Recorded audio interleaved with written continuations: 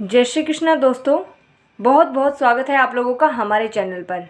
आज के वीडियो में हम आपको बताएंगे कि मृत व्यक्ति की कौन कौन सी चीज़ें हमें नहीं लेनी चाहिए। जी हाँ, अर्थात जो व्यक्ति मर चुका है उसकी कौन कौन सी चीज़ें हमें प्रयोग नहीं करनी चाहिए।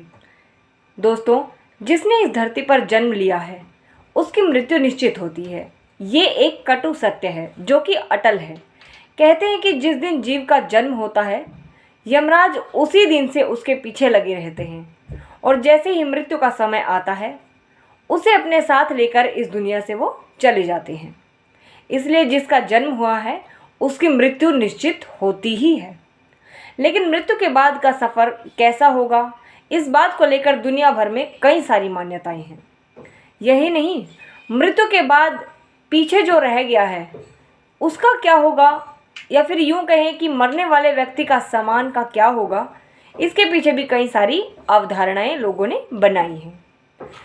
परंतु मृत व्यक्ति के 3 ऐसे सामान हैं जिनका उपयोग परिजनों को नहीं करना चाहिए। अर्थात जो परिवार के व्यक्ति हैं उनको मृत व्यक्ति की 3 ऐसी चीज़ें हैं जिनका प्रयोग नहीं करना चाहिए।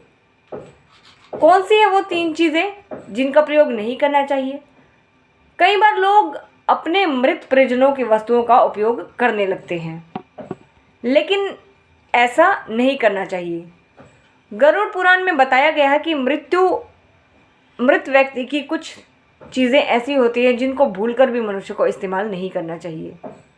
सबसे पहला है कपड़े। जी हाँ, गरुड़ पुराण के अनुसार किसी भी व्यक्ति को मृत व्यक्ति के वस्त्रों का प्रयोग नहीं करना चाहिए। भूलकर भी अपने शरीर पर इन्हें धारण नहीं करना चाहिए।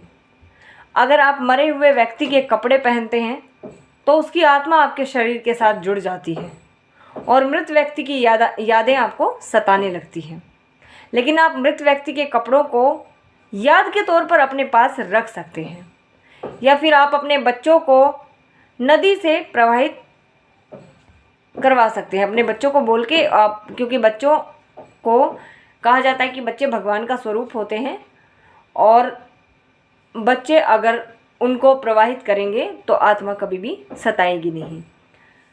किसी बच्चे से आप उनको नदी में प्रवाहित करा सकते हैं। दूसरी चीज़, आभूषण। ये भी मान्यता है कि मृतक व्यक्ति की आत्मा का आभूषण के प्रति लगाव कपड़ों से कहीं अधिक होता है। गरुड़ पुराण के अनुसार जो भी व्यक्ति उनकी मृत्यु के पश्चात उनके गहनों का प्रयोग करता है या फिर उनको पहनता है तो ऐसे में उस मृत परिजन की ऊर्जा उस व्यक्ति के साथ जुड़ जाती है, जिस कारण से उसे शारीरिक व मानसिक परेशानियों का सामना करना पड़ सकता है। इसलिए मृतक व्यक्ति के गहनों को पहनना नहीं चाहिए। लेकिन आप इन गहनों को घर में संभाल कर रख सकते हैं या फिर इन गहनों को नए तरीके से बनवा कर पहन सकते हैं, लेकिन उसी अवस्था में इन गहनों को नहीं पहनना चाहिए। अगर मृतक व्यक्ति के मरने से पहले आपको अपने गहने भेंट दे दिए हैं तो इसमें एक अलग बात है। जी हाँ, अगर जिस व्यक्ति ने मरने से पहले उन गहनों को आपको भेंट में दे दिया है तो वो एक अलग बात है, क्योंकि उसने अपनी तरफ से ही उनका परित्याग कर दिया था पहले ही। लेकिन बाद में उनका प्रयोग करना ठीक नहीं है, और वो भी उसकी आज्ञा के अनुसार, उसकी आज्ञा के बिना। इस बात में फ़र्क होता है। फिर क्या है, अगर देखिए गहनों को संभाल कर अगर कोई रखता है जिसका उनसे बहुत लगाव होता है तो इन्हें भूलकर भी पहनने की गलती ना करें। अगला है मृतक व्यक्ति की घड़ी। जी हाँ, व्यक्ति की मृत्यु के बाद भी घड़ी में उसकी सकारात्मक और नकारात्मक ऊर्जा बसी हुई होती है।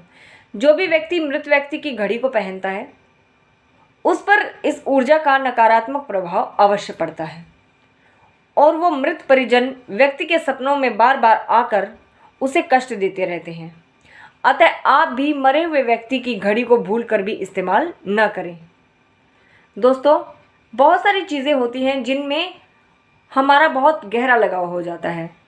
यदि हम अपने शरीर का परित्याग कर देते हैं, कई बार ऐसा माना जाता है कि उन चीज़ों के साथ हमारा लगाव जुड़ा रहता है, क्योंकि आत्मा कुछ दिनों तक मृत्यु के पश्चात भी घर में ही रहती है और अपनी चीज़ों का मोह इतनी जल्दी नहीं छूटता है, वो एक अलग बात है। गरुड़ पुराण में इसके विषय में बहुत सारी चीज़ों के बारे में कहा गया है।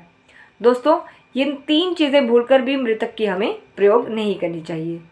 दोस्तों, उम्मीद है कि वीडियो आप लोगों को पसंद आया होगा, और अगर आया है तो इसे लाइक और शेयर ज़रूर कीजिएगा। मिलते हैं नेक्स्ट वीडियो में। इसी प्रकार की वीडियोस देखने के लिए हमारे चैनल को भी सब्सक्राइब कीजिएगा।